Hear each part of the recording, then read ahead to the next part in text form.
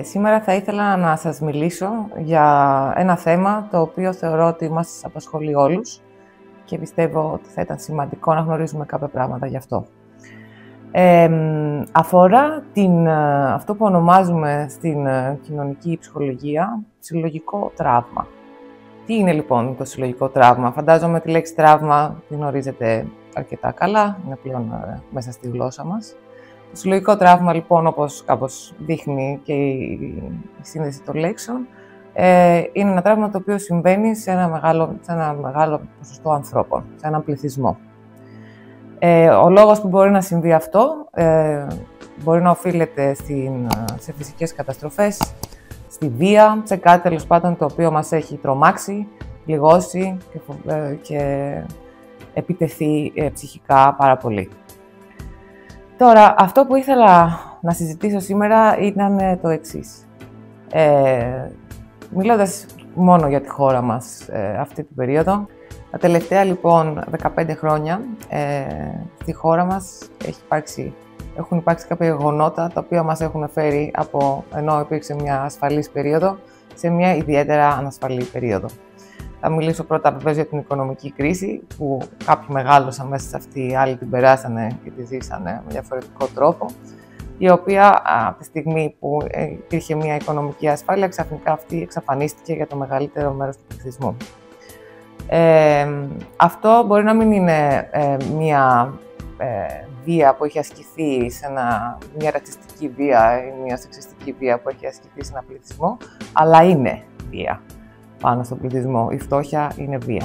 Το αντίκτυπο λοιπόν αυτής της βίας, της φτώχειας, έχει επίδραση πάνω στην ψυχική μας υγεία. Βγαίνοντας από την οικονομική ανασφάλεια λοιπόν, πριν προλάβουμε καν να πάρουμε λίγο αέρα, βρεθήκαμε σε μια παγκόσμια πανδημία, η οποία και αυτή δεν είχε ξανασυμβεί κάτι τέτοιο στους ανθρώπους, τουλάχιστον στον μοντέρνο άνθρωπο που να ξέρουμε, και να είναι τέτοιου μεγέθους και να έχει τέτοια επίδραση στις ζωές μας. Οπότε ξαφνικά άλλαξε η ζωή μας τελείως. Και αυτό είναι μια βία συλλογική, την οποία βγήκαμε από αυτήν ως εξαιρετικά δυναμικά ζώα που είμαστε. Βγήκαμε από αυτήν νικητές και συνεχίσαμε να υπάρχουμε στον κόσμο. Αυτό το πράγμα βεβαίως είχε και αυτό όλες τις επιπτώσεις που είχε ένα τέτοιο τύπου συλλογικό τραύμα. Και ανεπεξέργαστο, αν μπορώ να πω. Και μετά, λόγω αυτής της ανασφάλειας της παγκόσμιας, αρχίσαν και βεβαίως όλα τα γεωπολιτικά προβλήματα να ανεβαίνουν στην επιφάνεια, όπως και γίνεται ιστορικά κάθε φορά που υπάρχει μια κρίση. Αυτό ακολουθείται. Αυτό που θα ήθελα να σας πω σήμερα και να μοιραστώ μαζί σας είναι κάποια κομμάτια του πώς αντιδρούμε οι άνθρωποι όταν συμβαίνουν τέτοια γεγονότα στις ζωές μας. Και θα σας μιλήσω για το πώς αντιδρούμε συλλογικά, το οποίο βεβαίως φτάνει και στο ατομικό, όπως θα δείτε σε λίγο. Συλλογικά λοιπόν, όταν έχουμε τρομερή ανασφάλεια, αυτό που κάνουμε είναι αυτό που λέμε εμείς στη ψυχαναλυτική ψυχοθεραπεία, μια σχάση. Σχάση στα αγγλικά λέγεται splitting. Αυτό σημαίνει ότι πρέπει να χωρίσουμε τα πράγματα, είτε σε καλά, είτε σε κακά. Ο λόγος που γίνεται αυτό είναι λόγος ψυχικής οικονομίας.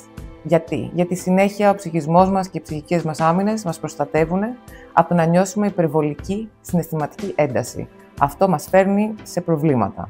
Οπότε μας προστατεύουν οι ψυχικές άμυνες. Η συγκεκριμένη ψυχική άμυνα είναι μία από τις πιο παλιές, ας τις πούμε. Χτίζεται στην μορουδιακή παιδική ηλικία, κοντά στα 2 έτη.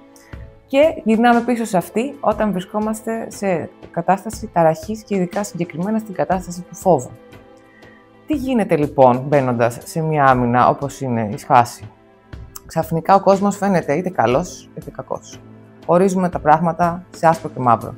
Δυστυχώς αυτό δεν είναι αλήθεια. Ο κόσμος δεν χωρίζεται σε άσπρο και σε μαύρο. Το μαθαίνουμε και από μικρή αυτό το πράγμα. Μεγαλώνοντας οι γονείς μας ξαφνικά είναι φανταστικοί και τέλειοι και αρχίζουν και γίνονται άνθρωποι τελικά. Με τα καλά τους και με τα κακά τους. Και τα βιώνουμε όλα αυτά καλά-καλά και συνειδητοποιούμε τον κόσμο μας ότι δεν είναι άσπρος και μαύρος.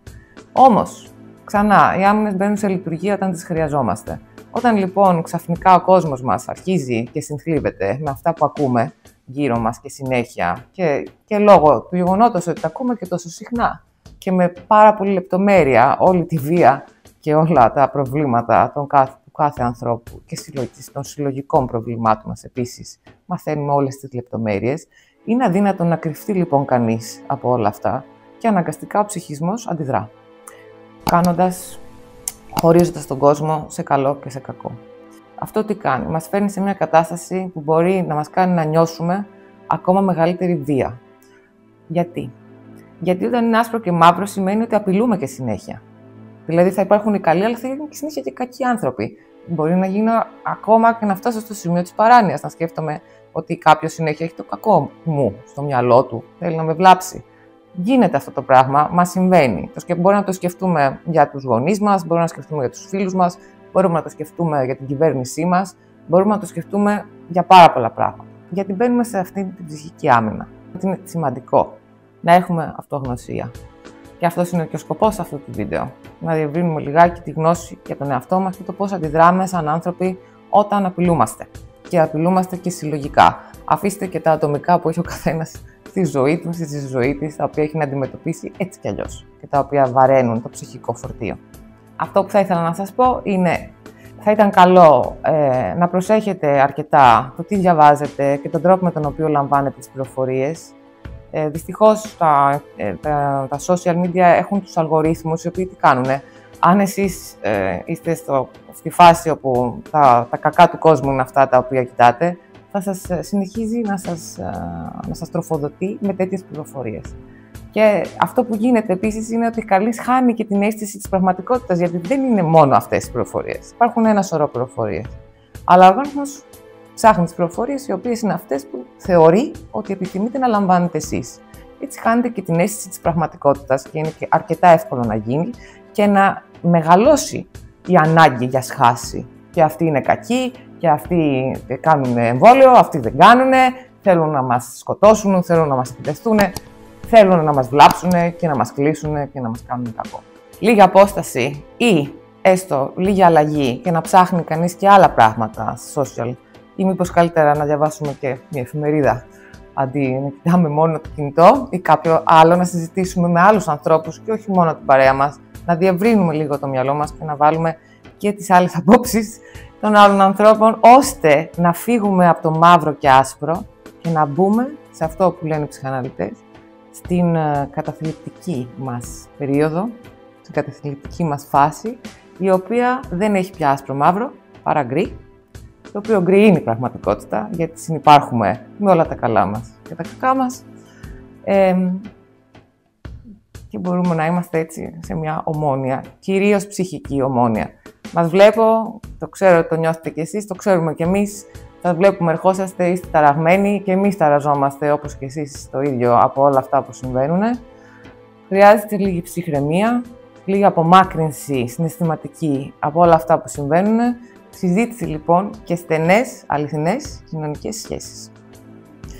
Αν ωστόσο βρίσκετε ότι δυσκολεύεστε να διαχειριστείτε όλη αυτή την ένταση, η οποία μπορεί να έρχεται είτε από τον πολύ έξω από εσάς κόσμο, μαζί με τον κόσμο του πιο κοντινό σας και τον εσωτερικό κόσμο, να ξέρετε ότι πάντα υπάρχει στη διάθεσή σας ένας άνθρωπος ο οποίος είναι ειδικός για να μπορέσει να σας βοηθήσει και να διερευνήσετε το τι σας συμβαίνει και να βρείτε τους τρόπους να το αντέξετε και να μπορέσετε να έχετε μια καλή ποιότητα ζωής.